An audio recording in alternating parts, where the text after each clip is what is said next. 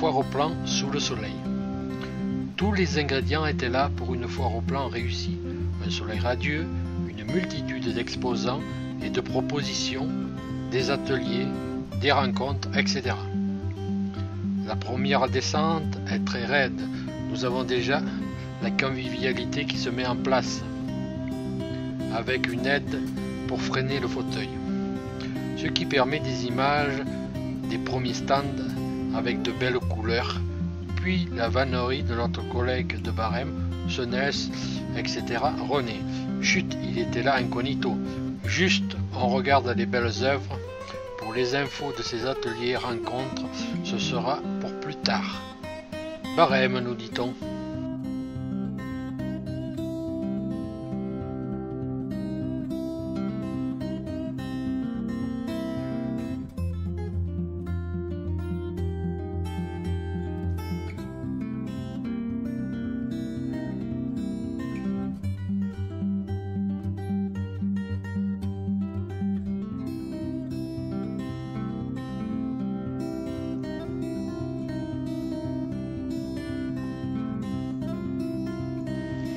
Ensuite, on fait un arrêt à l'atelier de teinture de Béatrice.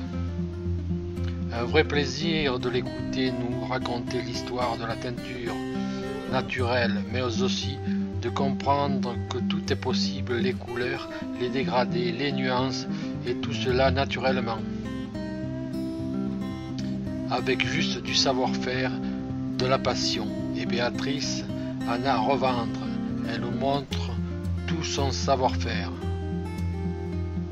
On fait des coques et après on le réduit en poudre, mais c'est insoluble en fait sur les fibres textiles. Donc les hommes ont trouvé un subterfuge pour pouvoir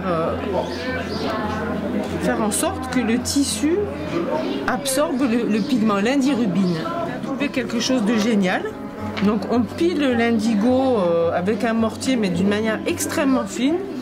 Plus l'indigo est fin, plus la qualité de la teinture sera belle. Donc, dans un premier temps, il y a 3 parts. Il y a de fer, ensuite on met les 3 parts de chaux qu'on a diluées dans l'eau, et en dernier on rajoute la poudre d'indigo. Et si vous voyez ici, vous avez des petites bulles. Voilà, alors quand la cuve est réussie, c'est l'indirubine, donc ce qui caractérise le pigment de l'indigo, qui fait des petites bulles. Ça veut dire que la teinture est réussie. Alors je vais vous montrer. Immédiatement. Alors l'indigo est le seul qui n'a pas besoin de mordançage pour pouvoir être imprimé, pour pouvoir teindre le tissu. Alors je vais vous expliquer après. Donc vous voyez, c'est immédiat. Et d'abord il est vert. Et ensuite, il y a une oxydation à l'air. C'est-à-dire il devient vraiment bleu au contact de l'oxygène de l'air. C'est vraiment magique, hein. Voilà. Donc l'indigo, c'est vraiment quelque chose qui est utilisé dans le monde entier. Vous avez les habits des ouvriers chinois, vous avez les hommes bleus du désert leurs habits sont avec l'indigo. Et il y en a qui disent que ça fait du bien à la peau. Alors, il faut des gants. Et là, c'est fait par quoi? Par la trempage ou par la durée? Alors, plus vous voulez que l'intensité soit forte, plus vous renouvelez le bain. Si vous voulez vraiment une intensité très très légère, vous le trempez assez rapidement. Voilà, là on va... C'est le temps de trempage. Exactement. Et vous avez en Chine, et même je crois au Niger, il y a ce qu'on appelle des indigos saturés qui basculent presque dans le violet, et ensuite il les lustre. C'est-à-dire qu'avec des maillets de bois, il y a une technique pour lustrer, faire briller, donner de la brillance au tissu. C'est absolument magnifique. Voilà. Voilà notre petit carré d'indigo qui est teint. Voilà. C'est une merveille. Le bleu. Alors on va continuer avec le travail des teintures. Ça, ce sont des soies, vous voyez. Ce sont des écheveaux de soie en fait, fabriqués avec cette soie qui est brute et qui va servir en fait à broder les textiles avec ses propres fils de soie. Il ne faut pas trop s'attarder, car il y en a des belles choses à regarder, à acheter, des belles rencontres, des bavardages, des salutations.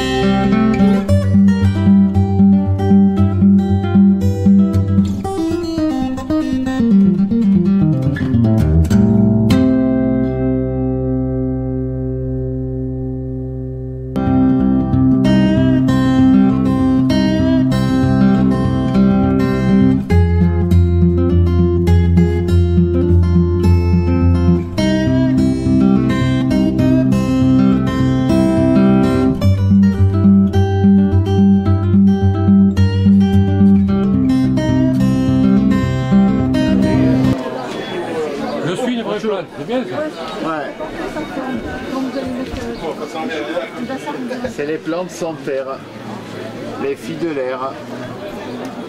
Ah, ça pousse tout seul. Voilà, que l'humidité, ouais, que de l'eau, pas de terre. Il faut qu'un peu d'eau. Ouais. D'accord. Voilà, sinon il faut les arroser quand c'est sec. Ou l'humidité ambiante, ou sinon il faut les mouiller un peu. Voilà, quand il n'y a pas d'humidité.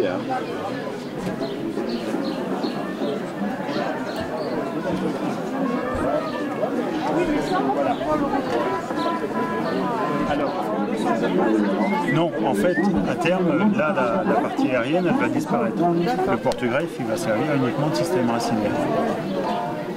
Et donc, vous venez ajuster. Ça va pas mal. Un petit peu plus. Moi je faisais le système en croix. Oui, mais c'est plus délicat. Hugues Mircha, ça c'est mon prénom, et mon nom de famille c'est Paillet. La ferme atelier Trévis, la ferme atelier des tressages vivants.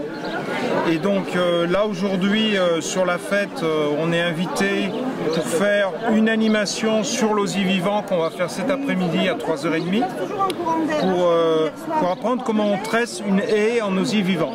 Voilà, là on va la faire en sec parce qu'il fait très chaud.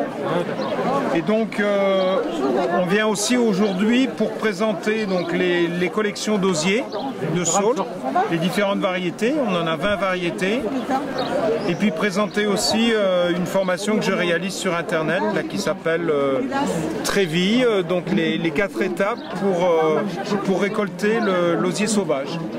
Voilà, donc les gens qui sont intéressés, je leur expédie via une adresse mail, je leur expédie le livre gratuitement.